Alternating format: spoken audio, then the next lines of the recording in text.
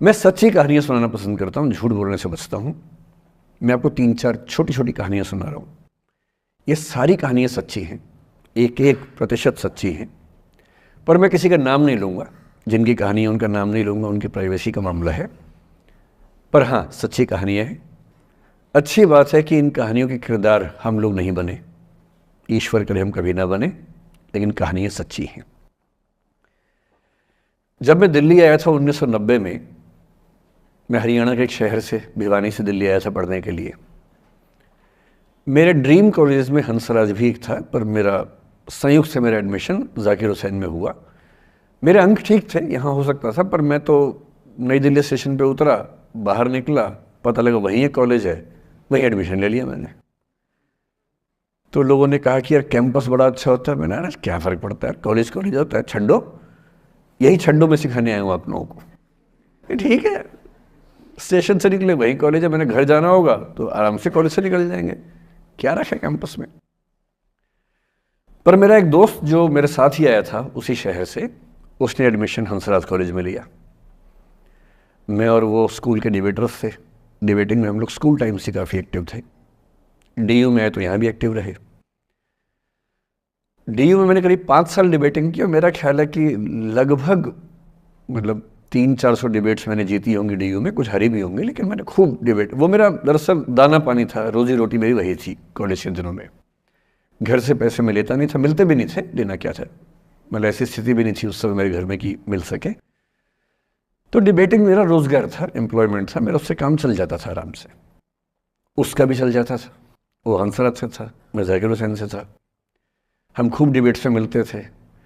अक्सर ट्रॉफी या तो हम जीते थे या वो जीतता था, कोई भी जीते रूम पे ही आती थी, क्योंकि हम रूममेट्स थे, एक साथ ही रहते थे। वो मुझसे योग्यताओं के मामले में 21 था, बल्कि अगर वो 21 था तो मैं 15 ही रहा हूँगा या 12 रहा हूँगा, 22 या 21 तो नहीं रहा हूँगा, मुझसे बेहतर था योग्यताओं में, बड़ा अच्छा व्यक्ति था। ग्रेजुएशन के बाद मैंने एमए हिंदी साहित्य में एडमिशन लिया, जबकि बीए ऑनर्स हिस्ट्री में किया था मैंने। उसने तय किया कि वो कुछ और करेगा, प्रोफेशनल कोर्स करेगा, नौकरी करेगा, तो वो चला गया दिल्ली से। मैं दिल्ली में रहा। फिर मैं एमए के बाद तैयारी करने लगा यूपीएससी की। तब तक मैं यूजीसी जेआरएफ कर चुका था। पहला अटेम्प्ट दिया, प्रीलिम्स हो गया। मेंस मेरा 96 के मेंस की बात कर रहा हूँ, मेंस शुरू होने वाला था, 2 दिन रह गए थे। करीब 10 दिन पहले वो मेरे पास आया हुआ था दिल्ली में, मिलजुल के अच्छे से बात करके गया था। उन दिनों उसका एक प्रेम संबंध कहीं हमारी ही एक मित्र के साथ चल रहा था। हम सब दोस्त थे, तो उनमें से 2 लोगों का आपस में का अफेयर था। मुझे नहीं पता क्या हुआ, लेकिन मेरे मेन एग्ज़ाम से 2 दिन पहले रात को 12 बजे एक फ़ोन आया और ये बताया गया कि मेरे दोस्त ने फंदा लगा के अपनी जीवन लीला समाप्त कर ली है। वो दिल्ली से दूर था कहीं, और जिस व्यक्ति के बारे में मेरी राय ये थी कि उतना जीवट वाला व्यक्ति कोई हो नहीं सकता, जो ज़िंदगी से हार सकता ही नहीं, जिसके होने से कई लोग हमेशा जीता हुआ महसूस करते हैं, वो चुपचाप एक बंद कमरे में ज़िंदगी से हार गया। मैं आज तक नहीं समझ पाया कि ऐसा कैसे हुआ। बाद में टटोला, उसके पेरेंट्स से बात हुई, भाई से बात हुई, उन्होंने उसकी याद में एक सोशल वर्क शुरू किया ताकि किसी और बच्चे को ऐसा ना करना पड़े। तो जो हल्का हल्का अनुमान हुआ वो है कि शायद कुछ ऐसा था रिलेशनशिप में जो नहीं संभल पाया था, और रिश्ता टूट ना जाए इसका दबाव बहुत ज़्यादा था, और वो दबाव झेल नहीं पाया। इस उम्र में ऐसा फेज़ आता है, कई बार आता है। ये एक कहानी है, हंसराज कॉलेज से ही जुड़ी है, इसलिए मैंने सोचा कि वहीं से बात शुरू करूँ। नाम जैसा कि मैंने कहा मैं नहीं बताऊंगा, तो नाम बताने का मतलब भी नहीं। और वो जिसकी मैं कहानी सुना रहा हूँ, आप लोगों के जन्म से पहले की बात है। आप तो सब 21वीं सदी वाले बच्चे होंगे ना, जेन ज़ी होंगे आप सब लोग, तो ये तो बहुत पुरानी बात है। एक दूसरी कहानी सुनाता हूँ। मैं आपको 2-3 कहानियाँ सुनाऊंगा, फिर उन सबका सार निकाल लेंगे एक साथ हम लोग। दूसरी कहानी ये है कि जब मेरा सिलेक्शन हो गया 97 में, 96 अटेम्प्ट में पहले बार में मेरा सिलेक्शन हो गया था, मैं एक्सटेंशन लेके तैयारी कर रहा था और डीयू में मैं पढ़ा भी रहा था उस समय। तब मैं शायद डीएवी कॉलेज में था या अग्रसेन, मैं 2 जगह पढ़ा है डीयू में, तो उनमें से किसी कॉलेज में पढ़ा रहा था उस समय में। तो उस समय एक लाइब्रेरी है कैंपस में ही, सेंट्रल रेफरेंस लाइब्रेरी, आप जानते होंगे, CRL बोलते हैं, जो विवेकानंद जी की स्टैच्यू है उसके सामने ही वो लाइब्रेरी है। उस लाइब्रेरी में नीचे सब बैठ के पढ़ते हैं और टॉप फ्लोर पे रिसर्च फ्लोर है जहाँ MPhil PhD वाले बच्चे पढ़ते हैं। मैं उस समय शायद PhD कर रहा था या MPhil खत्म हुई थी, वहीं बैठता था, पढ़ता था रोज़। कई दोस्त पढ़ते थे हम लोग वहाँ। हम सुबह 8 बजे लाइब्रेरी खुलते ही वहाँ घुसते थे, रात को 1 बजे निकलते थे लाइब्रेरी बंद होने के समय। तो वहाँ एक छत थी, छत पे छोटी सी कैंटीन थी जहाँ हम लोग जब जब बोर होते थे दिन में 3-4 बार जाके चाय पीते थे। चाय पी ली, बिस्किट खा लिया, थोड़ी गप्पे मार ली, वो सब वहाँ करते थे। तो वहाँ मेरे बहुत सारे दोस्त थे, उनमें से कई लोग अब बहुत सीनियर सिविल सर्वेंट्स हैं, कुछ लोग प्रोफेसर्स हैं डीयू में। 2 बच्चे थे मुझसे जूनियर, 3-4 साल जूनियर थे, बड़े प्यारे बच्चे थे। मुझे उस समय तक पढ़ाई लिखाई का शौक अच्छा खासा हो गया था, तो वो रोज़ मेरे साथ बैठते थे केवल बात करने के लिए, किसी मुद्दे पर बहस करनी है तो बहस होती थी, समझते थे। फिर मुझे पता लगा कि वो दोनों रिलेशनशिप में हैं, रिश्ते में हैं, दोनों ने शादी भी कर ली। उनकी योजना डीयू में पढ़ाने की थी या सिविल सर्विस की भी थी शायद, पता नहीं। मेरा इंटरेक्शन बहुत ज़्यादा उसके बाद रहा नहीं उनसे, क्योंकि मैं सर्विस में चला गया था। इतने जिज्ञासु बच्चे थे दोनों, इतने जिज्ञासु कि उनसे मिलकर तबीयत खुश हो जाती थी, कि हर चीज़ जानने का मन करता था उनका, हर विषय पढ़ने का मन करता था। एकदम जीवन से भरे हुए बच्चे, आंखों में चमक ऐसे। फिर दोनों की शादी हुई तो मैं शादी में जा नहीं पाया, क्योंकि मेरा रिश्ता सिर्फ लाइब्रेरी में 1 घंटा गप मारने वाला था, उससे ज़्यादा था नहीं रिश्ता उनके साथ। फिर सुनता रहता था कि मैं सब बढ़िया चल रहा है, पढ़ाई कर रहे हैं, तैयारी कर रहे हैं। इंटरकास्ट मैरिज की उन लोगों ने, खूब हंगामा हुआ, दोनों घर में तलवारें खिंच गई, किसी तरह से तलवारें संभाली गई, मैनेज हुआ, दोनों साथ रहने लगे। और फिर 3-4 साल के बाद एक दिन मैंने खबर सुनी कि उस बच्ची ने फंदा लगा के जीवन लीला समाप्त कर ली। ये बात भी दिल्ली विश्वविद्यालय की है, उस दौर के सब लोग इस कहानी को जानते हैं। मेरे ख्याल से ये दोनों कहानी आपकी प्रिंसिपल मैडम जानती होंगी, नहीं ध्यान कर पाएंगे तो मैं उनको जैसे नाम बोलूँगा अकेले में वो तुरंत समझ जाएंगे मैं किसकी बात कर रहा हूँ। मैं आज तक नहीं समझ पाया कि ऐसा क्या हुआ होगा। तो बाद में अनुमान जो हुआ वो ये, इंटरकास्ट मैरिज, परिवार का दबाव, समाज का दबाव, आपस के दबाव, टॉक्सिक रिलेशनशिप, अंत में उस दबाव को न झेल पाना और जीवन समाप्त कर देना, ये हुआ। ये 2 घटनाएं हैं। एक तीसरी घटना ये है कि दिल्ली में आज से 25 साल पहले घटना घटी। आप लोग तब बस पैदा हुए होंगे, घुटनों में चल रहे होंगे, या उससे 5-7 साल पहले की बात रही होगी।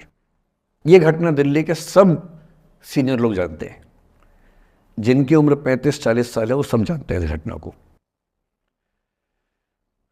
मोबाइल फ़ोन में वीडियो नया नया आया था उस समय, अब तो आपके हर फ़ोन में वीडियो है, अब तो सामने भी है, ताकि आप वैसा वाला मुंह बना के सेल्फी खिंचवा सके। पाउट बोलते हैं ना, मैं उसको देसी भाषा में सूअर जैसा मुंह बोलता हूँ, और वैसा ही बनता भी है, क्यूट क्यूट सा सूअर जैसा मुंह बना के लोग सेल्फी खिंचवाते हैं, उसको बोलते हैं पाउट। तब तो कैमरा फ़ोन में पहली बार आया था, तब लोग अभ्यस्त नहीं थे। अब जैसे आप लोग कितने अभ्यस्त होंगे, हम भी होने लग गए अब तो। अब हम किसी से बात करते हैं तो हम ये एज्यूम करके चलते हैं कि उसने फ़ोन में कुछ ना कुछ ऑन कर रखा होगा, या तो आवाज़ रिकॉर्ड करेगा या वीडियो बनाएगा। तुम कितने केयरफुल होकर बोलते हैं, कितने कॉन्शियस रहते हैं। और सर्विलांस सोसाइटी की सबसे बुरी बात यह है कि हम हमेशा चौकन्ने रहते हैं, हम सहज हो ही नहीं पाते। सहज रूप से 2 लोग बात कर लें, हो ही नहीं पाता। तो मैं तो अपने ऑफिस में कई बार ऐसा करता हूँ, जब हम 3-4 लोग बैठते हैं इनफॉर्मल बातचीत के लिए, हम सब अपना अपना फ़ोन कमरे के बाहर छोड़ के आ जाते हैं, फिर 2 घंटे बात करते हैं, इस भय से मुक्त होके कि कहीं कोई रिकॉर्ड तो नहीं कर रहा। ये हालत है आज की। उस ज़माने में तो फ़ोन थे। मोबाइल फ़ोन आया था भारत में लगभग 1995 के आसपास पहली बार। बड़ा महंगा था, 16 रुपये प्रति मिनट इनकमिंग, 16 रुपये प्रति मिनट आउटगोइंग, ये रेट से उस समय। और फ़ोन वो थे जिनसे आप कील भी ठोक सकते हैं, वैसे वाले फ़ोन थे, बटन वाले फ़ोन थे। नोकिया एक कंपनी थी, उसके फ़ोन हुआ करते थे। उसके 4-5 साल के बाद क्या हुआ, पहली बार किसी कंपनी ने फ़ोन में कैमरा लगा दिया। ये बात उस समय के लोग नहीं समझते थे। जब भी नई तकनीक आती है उसको समझने में टाइम लगता है। जो पहले समझते हैं फ़ायदा उठा लेते हैं, जो थोड़ा लेट समझते हैं वो उसका नुकसान उठाते हैं। उस समय दिल्ली के एक प्रसिद्ध स्कूल में 11वीं-12वीं क्लास के 2 बच्चों में आपस में कोई रिलेशनशिप रही होगी। वो दोनों किसी ऐसी सिचुएशन में थे जो सिचुएशन बहुत ही प्राइवेट किस्म की थी, बहुत निजी किस्म की थी, जिसको पब्लिक नहीं कर सकते। कुछ फिजिकल रिलेशनशिप जैसा मामला था। उस दुष्ट लड़के ने लड़कों के इतिहास को कलंकित, लड़कों का इतिहास वैसे भी कलंकित ज़्यादा है, उसे और कलंकित करते हुए उस पूरे सिचुएशन का वीडियो बना लिया। ऐसे मामलों में दुर्भाग्य है, मैं लड़का हूं इसलिए लड़के पवित्र थोड़ा ना हो जाएंगे। लड़का है, इतिहास कलंकित तो है, उसका वीडियो बना लिया और दुष्टता का चरम स्तर निभाते हुए वो वीडियो अपने एक दोस्त को शेयर कर दिया। ये कहे कि किसी और को दिखाना मत, जैसा कि होता है अफवाहों की दुनिया में। हर अफवाह एक व्यक्ति एक को ही बताता है, ये कहे कि किसी और को मत बताना, और अगला व्यक्ति भी अगले को यही कहे कि बोलता है किसी और को मत बताना। और इस तरह से पूरे शहर को खबर होती है और सबको लगता है कि सिर्फ मुझे पता है। वो वीडियो फैल गया। नए नए फ़ोन आए थे, पर वो फ़ोन कम लोगों के पास थे, कैमरे वाले फ़ोन। तो फ़ोन से कितना फैलता, ज़्यादा नहीं फैला। लेकिन उस समय दिल्ली की एक कुख्यात मार्केट हुआ करती थी, पालिका बाज़ार, अभी भी है, पर तब वो कुछ और कामों के लिए कुख्यात हुआ करती थी। अब तो कपड़े मिलते हैं, तब कपड़ों के साथ कई चीज़ें और मिलती थी वहाँ। जैसे गंदी फिल्मों की सीडी चाहिए हो तो वहाँ मिलती थी, ग्रे मार्केट में, चोरी छिपे। इस वीडियो को सीडी में कन्वर्ट करके लोगों ने वहाँ से खरीदा, लाखों करोड़ों की संख्या में। नए नए टेलीविज़न चैनल प्राइवेट आए थे, और प्राइवेट टीवी चैनल को खबरों की भूख इतनी होती है कि वो खबर के लिए जान दे सकता है और जान ले भी सकता है किसी की। 24 घंटे इस खबर पे, इस चीज़ पर खबरें चल रही थी सारे चैनल्स में कि ये वो लड़का है जिसने ऐसा किया, ये वो लड़की है, ये वो स्कूल है, इस स्कूल की प्रिंसिपल से बात करेंगे, इससे बात करेंगे। वो जो बच्ची थी जिसकी इसमें कोई गलती नहीं थी, सिवाय इसके कि वो किसी एक लड़के से प्रेम करती थी, जो कि उस उम्र में बच्चे कर बैठते हैं। इसके लिए बहुत चिल्लपौनी मचानी चाहिए। बच्चों को आप हर बात पे अपराधी नहीं मान सकते। उस बच्चे की गलती सिर्फ इतनी थी कि उसने अपने दोस्त पे भरोसा किया, जो भरोसे के लायक था नहीं। वो नीच किस्म का व्यक्ति था जिसने उस संबंध की गरिमा को समझा नहीं। उस बच्ची के घर के बाहर 24 घंटे न्यूज़ चैनल से कैमरे खड़े रहे। घर से कोई भी निकले, 50 कैमरे पीछे। आप बताइए आपकी बेटी कैसी है, आप बताइए आपकी बहन कैसी है। अंत में उस पिता ने अपनी बच्ची को इस देश से बाहर भेज दिया। उसके कुछ दिन बाद की जो खबर टीवी चैनल से नहीं दिखाई, उसके पिता ने आत्महत्या कर ली। ये तीसरा इंसिडेंस है। ये सारी खबरें सच्ची बता रहा हूं मैं, इनमें से एक भी झूठ नहीं है। झूठी कहानियों से मोटिवेशन दिया जा सकता है, मैं जानता हूं, पर जब सच्ची कहानियां हैं तो मैं झूठ क्यों बोलूं? सारी सच्ची कहानियां बता रहा हूं मैं आपको। एक चौथी कहानी जो आप में से कई लोगों की होगी। मेरा एक स्टूडेंट है, सिविल सर्वेंट है, सीनियर लेवल पे है, करीब 40 साल का है। उसने आज तक शादी नहीं की। क्या उसकी शादी करने की इच्छा नहीं थी? पूरी इच्छा थी। फिर क्यों शादी नहीं की? भाई कुछ लोग तो होते हैं कि शादी करनी ही नहीं, कोई मिशन है। योगी जी हैं, मोदी जी है, ठीक है, उनका तो मिशन है। ममता जी है, उनका मिशन है। पर जिसका जीवन में ऐसा कोई मिशन नहीं है और जिसको प्रेम करने का मन भी करता हो, वो तो शादी करता है आमतौर पे। उसने शादी क्यों नहीं की जानते हैं?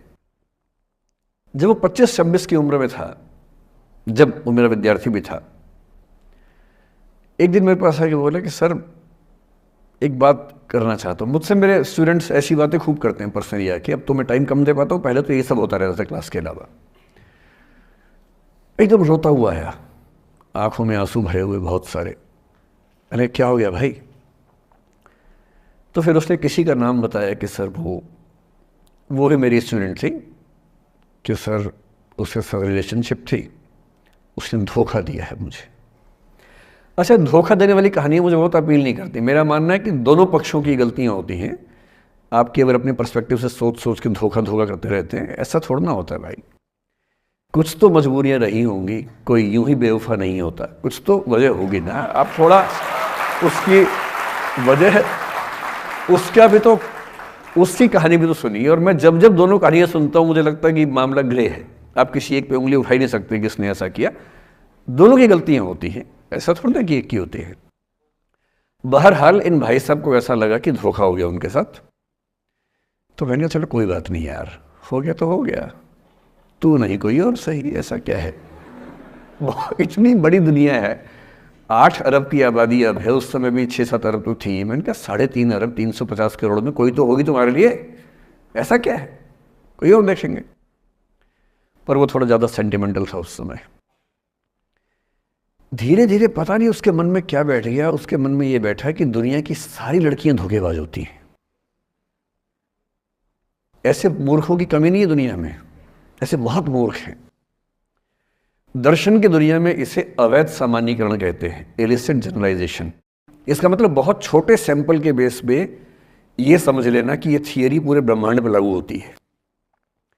एक लड़की ने धोखा दिया, मान लीजिए धोखा दिया, धोखा इसने दिया कि उसने दिया कि किसी ने दिया, जो भी कहानी हो, एक सैंपल से ये मान लेना कि सब ऐसे होते हैं।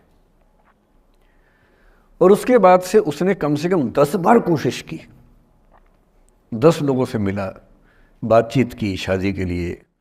डेटिंग तो क्या करेगा 40 की उम्र में, लेकिन हाँ बातचीत करके देखा कि शायद रुचियाँ मिल जाएं, स्वभाव मिल जाए तो शादी के बारे में सोचें। हर बार 3-4-5 मीटिंग के बाद वापस हट जाता है। अब तो मैंने पूछना बंद कर दिया है। जब तक मैं पूछता था, बोलता था कि सर 3-4 मीटिंग के बाद लगता है कि ये भी वैसी ही है। मैंने कहा भूल जाओ भाई, उससे भूल जाओ, बात खत्म हो गई। उसके बच्चे घूम रहे हैं आजकल स्कूल में, अब तुम कम से कम शादी तो कर लो। वो भाई साहब आज तक अकेले हैं, और अब तो बाज़ार में मूल्य भी कम हो गया उनका, अब विकल्प भी ज़्यादा नहीं मिलते हैं। अब जो विकल्प मिल रहे हैं वहाँ उसकी रुचि और कम हो गई है। तो पूरी संभावना है कि वो जीवन अकेले ही गुजरेगा अब उसका।